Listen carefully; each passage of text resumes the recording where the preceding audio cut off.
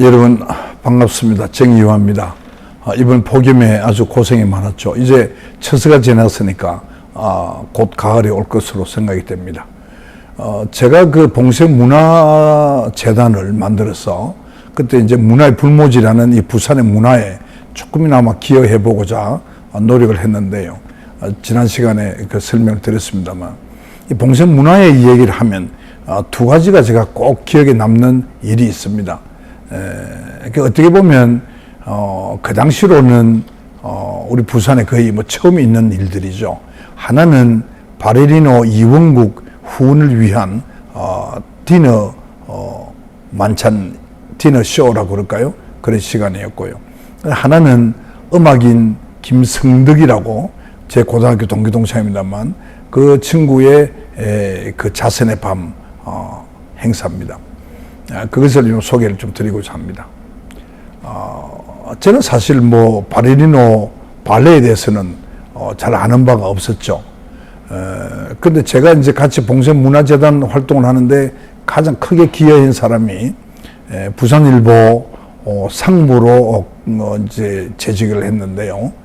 이혜원이라고 계십니다. 그분이 상근 상임 부이사장을 맡아가지고 문화회를 끌고 가는데 많은 도움을 줬죠. 그 이혜원 선생의 아들 이야기인데요. 그 아들이 이제 이원국입니다. 세계적인 바레리노가 되었습니다만, 어릴 때는 소위 이제 불량 소년이라고 그럴까요? 그래서 이제 부모님 속도 많이 썩이고 가출도 하고, 그래서 가출해서는 온갖 일을 다 했는데, 이날 KBS 아침마당에 나와서 아마 자세히 본인 입으로 이야기를 했던 걸로 기억이 나는데요. 가출해서 몇 달 지나고 난 뒤에 그 어머니가 이제 김금자 여사라고, 이분도 지성공예 작가신데 아주 그 문화적인 문화예술의 소양이 깊은 분이죠. 이제 그분이 난지도에 쓰레기 줍는 이제 거기에 있다는 소식을 듣고 부랴부랴 가서 찾아가지고 부산에 데리고 왔다는 얘기를 제가 들었습니다. 그래도 이제 마음을 못 잡고 있었던 걸로 생각이 되는데, 그러다가 어느 날 그 부산일보에 아버지를 찾아와서, 아버지 제게 그 바레 옷하고 신을 하나 사주면 좋겠다. 내가 바레를 좀 배우고 싶습니다. 그때 이제 나이가 이제 고등학교 3학년쯤 나이니까 사춘기가 거의 지난 시점이니까 발레 하기에는 굉장히 늦은 나이죠. 우리가 상식적으로 보통 발레는 어릴 때부터 하는데 말이죠. 그래도 이제 아버지가 그 불량기가 많던 아들이 하고 싶어 하는 일을 좀 이제 처음 듣고는 좀 놀랬다고 했어요, 제가. 그래도 하겠다고 하니까 이제 그 가부를 해서 사주었다고 그럽니다.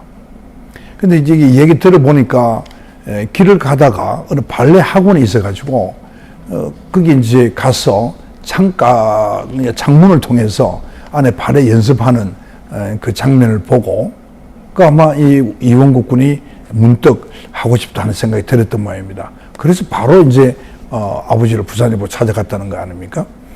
아무튼 그래가지고 이제 발레를 하게 됐는데요.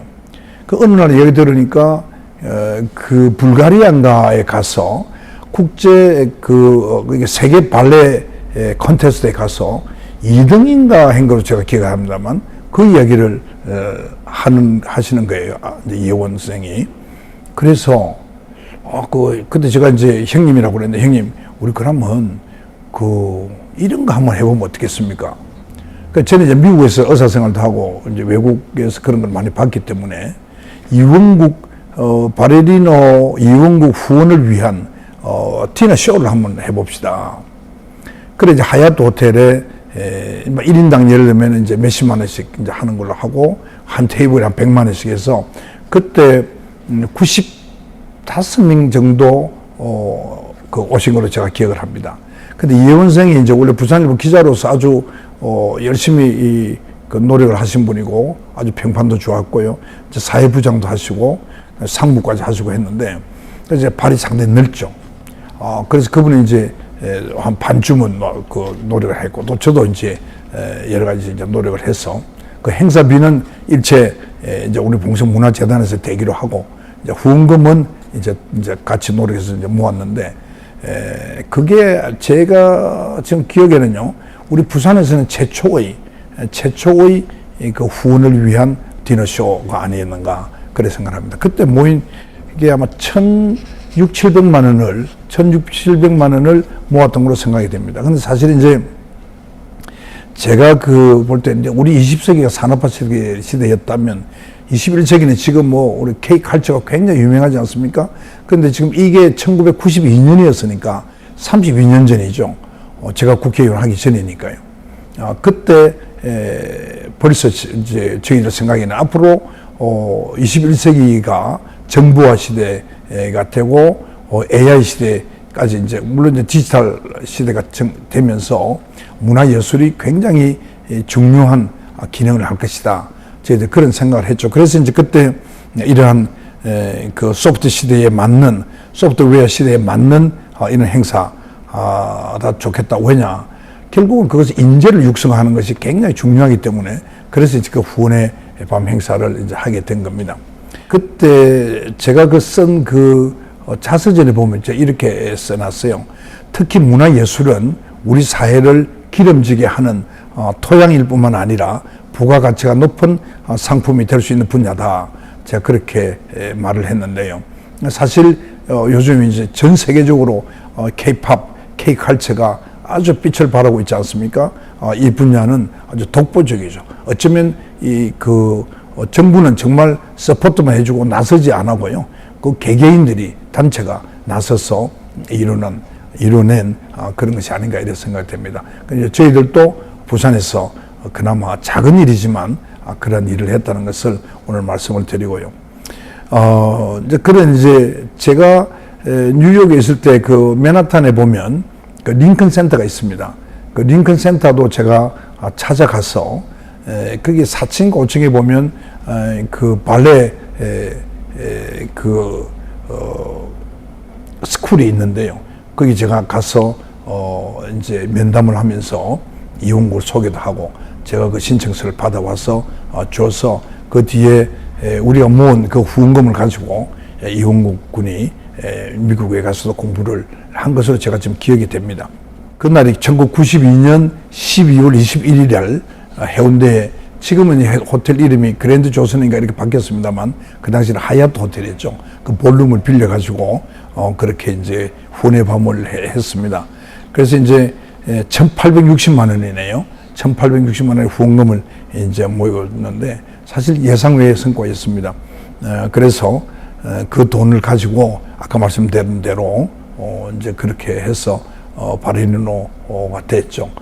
그 뒤에 국제 콩쿠르에 아마 대상이 금상도 받고 거의 뭐 100년에 한 번 낙가막한 그런 발레리노다 하는 말이 났죠. 근데 사실 이제 어릴 때부터 가정적인 서포트를 받으면서 어릴 때부터 했으면 아마 발레 시네코프입니까? 그 옛날에 백야에 나오는 그 러시아의 그 발레리노 유명한 그 발레리노 이상의 그런 인물이 되지 않겠나. 사춘기가 다 지나서 의학적으로 보면 관절이 거의 굳어진 속에서도 그렇게 했다는 것은 참 대단하다. 그런 생각을 하고요. 그 당시에 이제 세월이 많이 지났습니다만 32년 전에 많은 후원금을 개척해 주신 모든 분에게 오늘 이 유튜브를 통해서 다시 한번 감사를 드립니다. 그 이원국 군은 그 뒤에 리나죠. 발레하는 여성과 결혼을 해서 아이를 놓고 행복하게 잘 살고 지금도 그 뒤에 이제 우리나라의 그 제일 큰 그 국립 발레단 있지 않습니까? 거기서 이제 주연 배우도 했고요. 그리고 이제 그 부인도 아마 국립 발레단 단원으로 제가 기억을 합니다만 같이 지금 이제 후진 양성을 위해서 발레 학원을 하면서 그리고도 이제 전라도 광주에 일주일에 2~3번 가서 후진을 양성하는 그런 활동도 지금도 하고 있습니다. 근데 사실 몇 년 전에 후두암이 생겨가지고 정말 하늘에 도와서 그 수술이 성공을 하고 이제 목소리는 많이 이제 돌아왔습니다만 뭐 한동안은 말이 거의 안 나올 정도가 됐죠. 그거 보면 정말 참 다행스럽게 생각합니다. 다음에 이원국 군이 혹시 부산 올 걸음이 있으면 우리 유튜브로 여러분들에게 다시 인사드리도록 그렇게 하겠습니다. 여러분 대단히 감사합니다.